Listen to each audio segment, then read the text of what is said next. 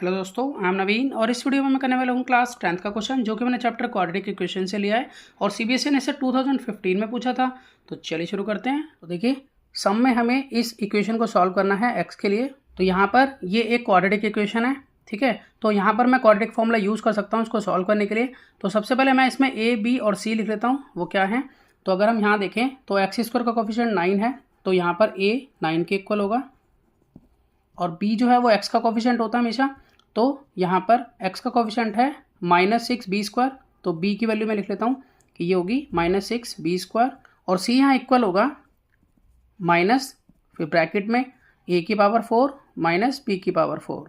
अब quadratic formula लगाने से पहले हमें यहाँ d निकालना होगा। तो हमें मालूम है कि d इक्वल होता है b स्क्वायर माइनस 4ac के। तो पहले मैं यहाँ इसे कैलकुलेट कर लेता हूँ। तो ये देखिए, यहाँ पर b देखें तो वो है -6 बी स्क्वायर, तो मैं यहाँ पर लिखूँगा -6, फिर यहाँ बी स्क्वायर इसका होल स्क्वायर -4 मल्टीप्लाई ए हमारा 9 है मल्टीप्लाई सी हम देखें तो हमारे पास ये है, तो हम इसको इस तरह से लिखेंगे ब्रैकेट में माइनस, फिर ब्रैकेट के अंदर a की पावर 4 माइनस b की पावर 4।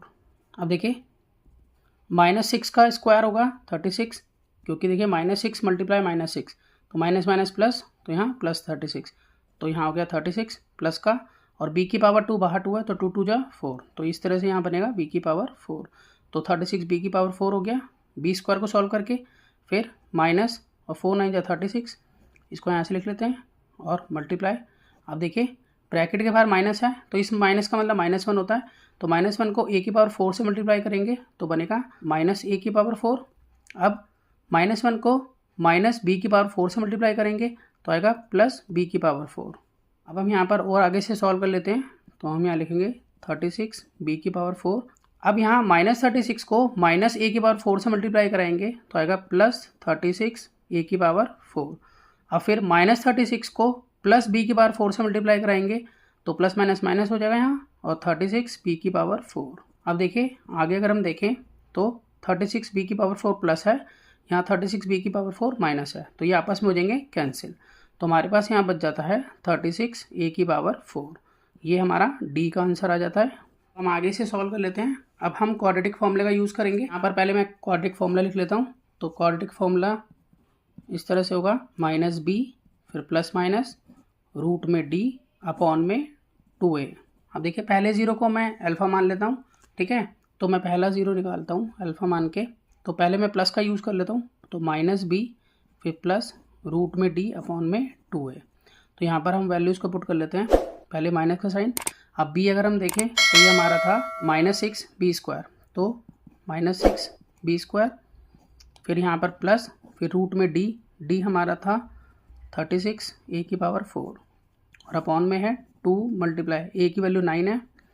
अब हम इसको यहाँ सॉल्व कर लेते हैं। तो देखिए, हम यहाँ लिख सकते हैं कि माइनस माइनस प्लस, तो यहाँ पर हो गया 6 बी स्क्वायर, आगे प्लस। तो देखिए, अब हम यहाँ पर √36 a की पावर 4 को सॉल्व करेंगे। तो देखिए, मैं यहाँ लिख लेता हूँ इसको कि √36 a की पावर 4। तो यहाँ पर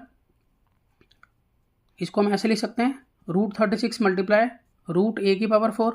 तो अगर हम देखें तो √36 को हम लिख सकते हैं 6, क्योंकि 36 का स्क्वायर रूट 6 होता है, और यहाँ a की पावर 4 का स्क्वायर रूट होगा a स्क्वायर।